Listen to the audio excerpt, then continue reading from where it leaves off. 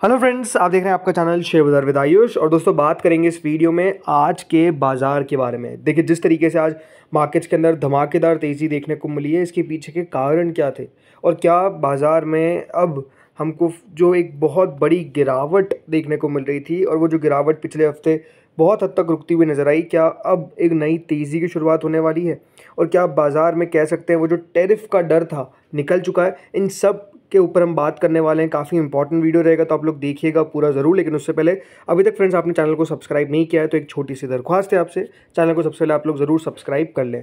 तो देखिए, आज मार्केट्स में धमाकेदार तेज़ी हुई कल के दिन, क्योंकि हम खुले नहीं थे। तो जिस तरीके से दोस्तों कल की तेज़ी बाकी थी वो आज हमारे बाजार ने पूरी करी। निफ्टी एग्जैक्टली 500 अंक दोस्तों आज के दिन बढ़ता हुआ नजर आया। 2.19% की तेज़ी आपको आज के दिन निफ्टी में देखने को मिल गई। और निफ्टी कह सकते हैं आज के दिन ऐसा कभी नहीं लगा कि देखिए कोई सेलिंग का प्रेशर यहाँ पर बनता हुआ दिख रहा है।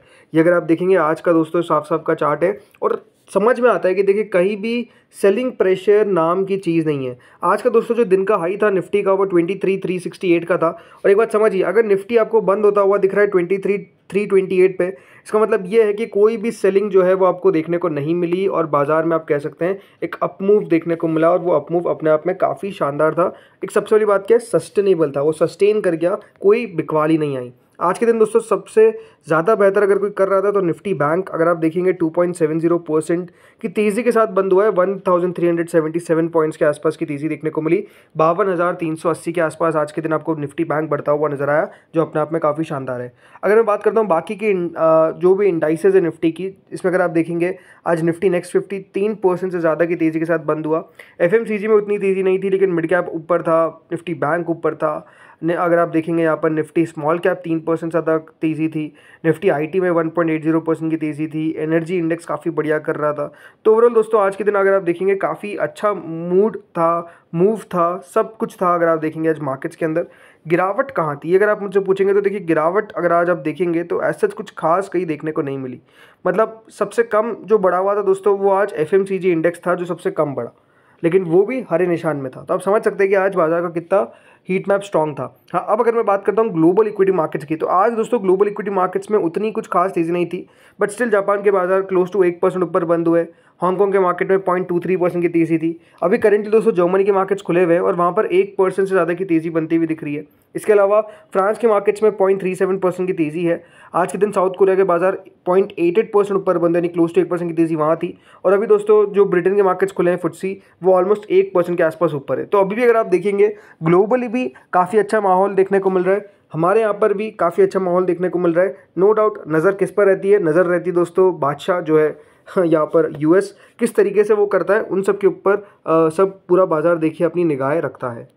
अब सवाल आप सबको हो सकता है कि आज की तेज़ी का सबसे बड़ा कारण क्या था। तो देखिए वो एकमात्र कारण था जो यूएस टैरिफ में एग्जेम्पशंस मिलते हुए नजर आए। देखिए बहुत इंपॉर्टेंट बात है, यूएस टैरिफ एग्जेम्पशन अपने आप में देखिए आप कह सकते हैं वो संजीवनी बूटी थी जो बाजार को चाहिए थी। आप समझिए कि बाजार डर किससे रहा था, टैरिफ से डर रहा था। और जब अनाउंसमेंट हो गया कि टैरिफ से एग्जेम्पशन मिलता हुआ नजर आएगा, वैसे ही देखिए बाजार ने समझ लिया कि चले जो खबर का इंतजार था वो आ गई। देखिए जिस तरीके से डोनाल्ड ट्रंप ने अनाउंसमेंट किया कि अभी स्मार्टफोन्स, कंप्यूटर्स और बाकी के जो इलेक्ट्रॉनिक्स आइटम्स हैं उन सब पर रेसिप्रोकल टैरिफ उस तरीके से नहीं लगेगा। और इसके अलावा जो 90 डे का आप कह सकते हैं पॉज उन्होंने लिया है यूएस के जो भी देखिए टैरिफ अनाउंसमेंट किया, आई थिंक वो दोनों चीज़ों ने मार्केट्स को बहुत ज़्यादा पसंद किया। बिकॉज एक बात समझिए, जो सिचुएशन लेकर चल रहे थे डोनाल्ड ट्रंप और जो उनको लग रहा था कि टैरिफ आएगा इससे अमेरिकन इकोनॉमी बूम करेगी, ऐसा कुछ हुआ नहीं। देखिए सब कुछ उल्टा पड़ता गया, राइट। जो जो डोनाल्ड ट्रंप ने सोचा था वो सब कुछ दोस्तों उसका इफेक्ट अगर आप देखेंगे ऑपोजिट पड़ा। और सबसे ज़्यादा जो खराब रिएक्शन है वो अमेरिका की इकोनॉमी पे आया, अमेरिका के शेयर बाज़ार पर आया। और आई थिंक वो चीज़ें डोनाल्ड ट्रंप को समझ ज़रूर देर से आई, लेकिन वो समझ गए। इसीलिए अगर आप देखेंगे अभी डोनाल्ड ट्रंप कुछ ऐसी बातें नहीं कर रहे जो बाज़ार को बिल्कुल चिंता में डाल दे, या फिर ऐसी बातें नहीं कर रहे जो बाज़ार को बिल्कुल क्योंकि उनको समझ में आया कि देखिए अगर मैं टैरिफ लगा दूंगा चाइना के ऊपर, और जो चाइना इंपॉर्टेंट प्रोडक्ट्स को एक्सपोर्ट करता है, अगर उस पर 145% का टैरिफ लगना चालू हो गया तो सबसे जो भारी नुकसान होगा, चाइना को तो चलिए नुकसान साइड में कर देते हैं, लेकिन जो यूएस की कंपनीज़ है, जो बिग टेक कंपनीज़ है, उन सब के कह सकते हैं दोस्तों यहाँ पर बिल्कुल प्रॉब्लम आ जाएगी। उन सब कंपनीज़ को नो डाउट हालत ख़राब हो जाएगी बिजनेस करने में। कंपनीज लाइक एप्पल, सैमसंग, मतलब ये सब कंपनीज अगर आप देखेंगे डिपेंडेंट है काफ़ी ज़्यादा चाइना के ऊपर।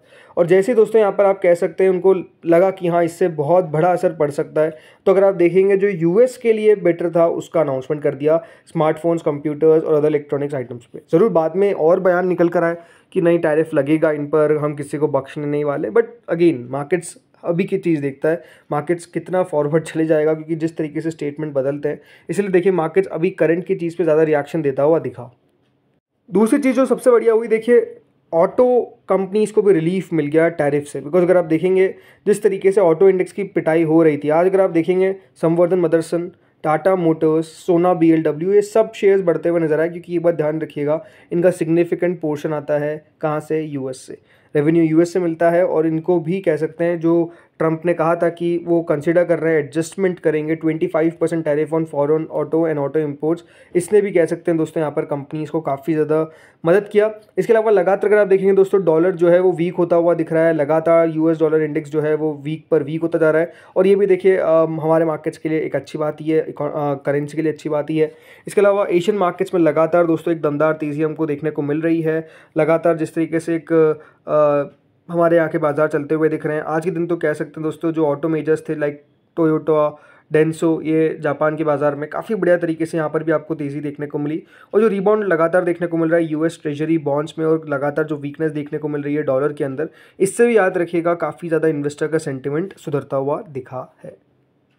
इसके अलावा दोस्तों आज एक और इम्पॉर्टेंट खबर निकल कर आई, और वो खबर थी किसकी, भारत और यूएस की बायलैटरल ट्रेड एग्रीमेंट के बारे में। देखिए ये बहुत इंपॉर्टेंट है, बिकॉज बायलैटरल ट्रेड एग्रीमेंट अगर हो जाता है और इसमें अगर टैरिफ को लेकर जो इंपॉर्टेंट पॉइंट्स है अगर उसको शामिल किया जाता है, तो देखिए मार्केट्स इसको बहुत पसंद करेगा। देखिए भारत और यूनाइटेड स्टेट्स के बीच में एक फ्रेश राउंड ऑफ टॉक्स जो है बायलैटरल ट्रेड एग्रीमेंट के, वो स्टार्ट हो चुके हैं। ये वर्चुअल डिस्कशन चलता हुआ दिख रहा है और इमीडिएटली चला है, इन पर्सन नेगोशिएशंस चल रहे हैं, और शेड्यूल है सेकेंड हाफ ऑफ मई 2025 में। कुछ खबरें आ रही है कि बहुत अच्छा डेवलपमेंट होता हुआ दिख रहा है, अच्छा जगह ये बातें जाती हुई दिख रही है, और अगर ऐसा हो जाता है तो आप समझ सकते हैं कि देखिए ये कितना बड़ा एक रिलीफ मिलेगा इंडियन कंपनीज़ के लिए, भारत के बाज़ार के लिए। देखिए वैसे भी हमारी इकोनॉमी बहुत ज़्यादा एक्सपोर्ट ओरिएंटेड नहीं है, राइट, हमारी इकोनॉमी वियतनाम जैसी नहीं है जो एक्सपोर्ट पर पूरी तरीके से निर्भर है। हमारी इकोनॉमी में देखिए एक्सपोर्ट बहुत कम है, बट स्टिल एक्सपोर्ट मैटर तो करता है। और जितना दोस्तों भारत को रियायतें मिलेगी या फिर इंडिया के लिए कोई बीच का रास्ता निकल कर आ जाएगा, मार्केट्स उसको बहुत पसंद करेगा। और वही दोस्तों बायलैटरल ट्रेड एग्रीमेंट में अगर कोई निष्पक्ष पे जाकर दोनों कंट्रीज़ निकल जाती है और बात हो जाती है कि चलिए हम आप पर टैरिफ नहीं लगा रहे, आप हमारे कुछ प्रोडक्ट्स पे टैरिफ कम करिए, तो देखिए कह सकते हैं बात बन जाएगी, और नो डाउट फिर ज़्यादा चिंता देखने को नहीं मिलेगी। और आई थिंक मेरे हिसाब से जो मुझे जितना समझ में आता है कि देखिए ट्रंप ये कोशिश कर रहे हैं कि किस तरीके से हर एक कंट्री से नेगोशिएट किया जाए, जो प्रोडक्ट्स पे उनको लगता है कि टैरिफ ज़्यादा है उसको नीचे लेकर आया जाए। बिकॉज ऐसा नहीं हो सकता कि देखिए हर कंट्री ज़ीरो टैरिफ पर चले, ऐसा हो ही नहीं सकता। मतलब एक बार ध्यान रखिए, बहुत सारी कंट्रीज़ को टैरिफ लगाना पड़ता है to support their local businesses.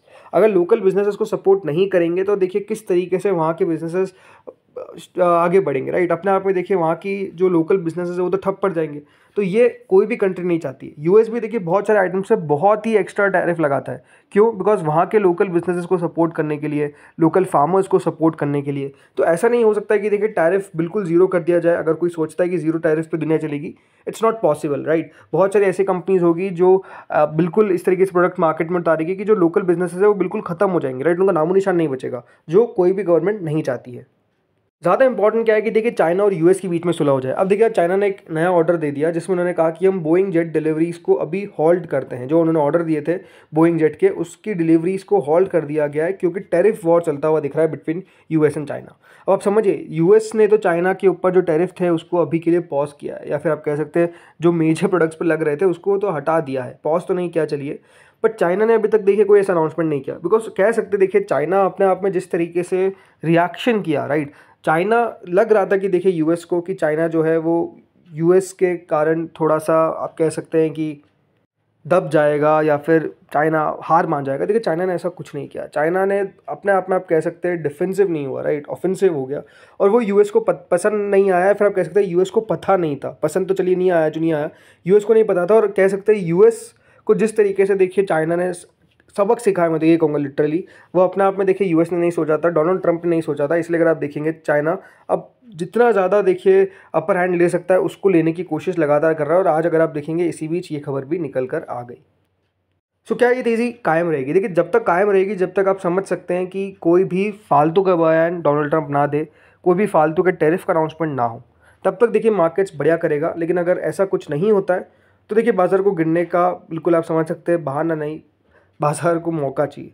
गिर जाएंगे बाज़ार फिर से तेज़ी से जिस तरीके से बढ़ रहे हैं। बट हाँ, अभी ऐसा लगता है कि दोस्तों जो वर्स्ट चीज़ें होनी थी वो हो सकता है कि पीछे छूट गई हो, ऐसा लगता है। अगेन बिल्कुल गलत हो सकता हूँ मैं, इसमें कोई डाउट नहीं है, बट व्हाट आई फील ये आपको मैंने बता दिया। तो दोस्तों इस वीडियो में इतना ही था। बाकी आप लोग बताइए क्या अब निफ्टी 23,000 के ऊपर कायम रहेगा या फिर 23,000 के फिर नीचे चल जाएगा? बताया कमेंट सेक्शन में। इस वीडियो में इतना ही था। Thank you friends watching this video.